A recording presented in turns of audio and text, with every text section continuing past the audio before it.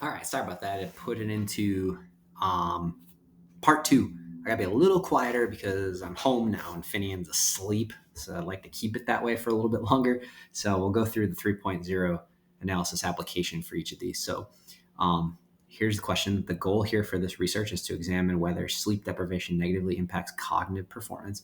So we have a group of 50 healthy adult volunteers randomly selected, divided in two groups. Treatment group, 25 participants subjected to sleep deprivation. Control group, 25 participants with regular sleep. After 5 days of sleep deprivation, the volunteers are given a cognitive test encompassing various academic disciplines. So this sounds like a controlled experiment. We've got a control group, an experimental group. We're looking for causation. We've got variables. We're doing a controlled environment. So I'm going to say that this is pretty confidently an experiment. So again, what we want to do is think about the independent variable is also called a causal variable.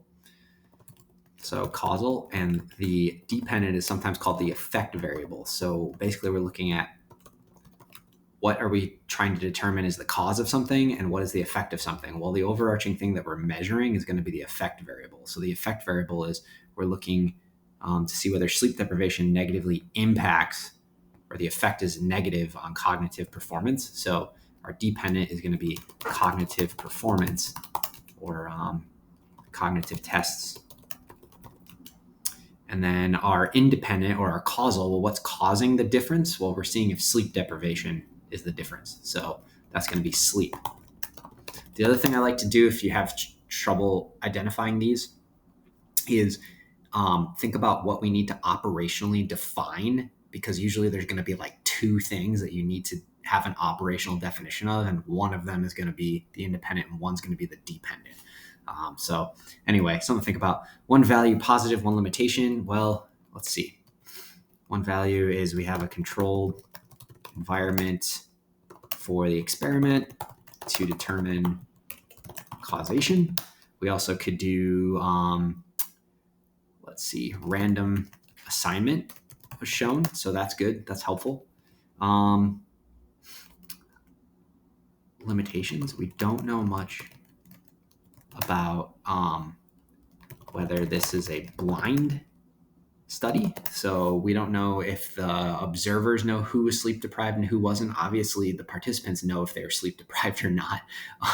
So that's an issue. Random assignment should take care of a lot of the outlying variables related to a cognitive test. Like if some people are smarter than others, that should help. The only other thing I can think of is it's a small sample. Healthy adult volunteers, 50 of them. So that might be an issue. We might want to do more. For example, we only have 25 of each. So those are some examples. This is just basic application of ethics. So our ethic issues were informed consent. People should know what's going on. We should have the ability to withdrawal, protection from harm, confidentiality,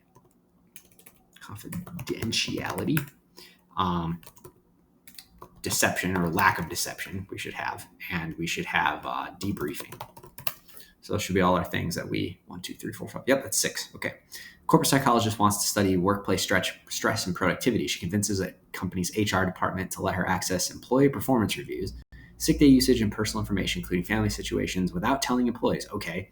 Already I can see that's it's going to be a confidentiality issue. It's also probably going to be an informed consent issue if people are having their stuff, their information looked at without them knowing. She correlates this data with productivity metrics and plans to publish the findings that could potentially identify specific employees based on their unique circumstances. When employees find out about the study months later, several express feeling betrayed and request their data be removed. She refused because data collection is already complete.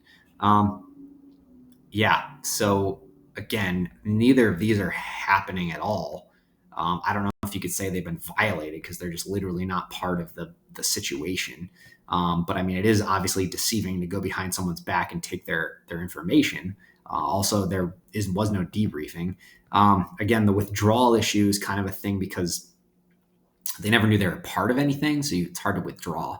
Protection from harm is definitely violated because they could potentially suffer negative repercussions to their reputation or their employment, maybe. if this isn't removed. So really, this is a terrible experiment. It violates pretty much all of them. I would say the most egregious are these three right here. And on the test, I'm not going to ask you, like, it's not going to be like, oh, you said this was one, but it wasn't quite that one. Like, it's going to be pretty obvious. You have to, identify a couple obvious ones and think about how they could be fixed. So, all right, I think that was a quick one, just going through those last two. And that's part 2 of the review.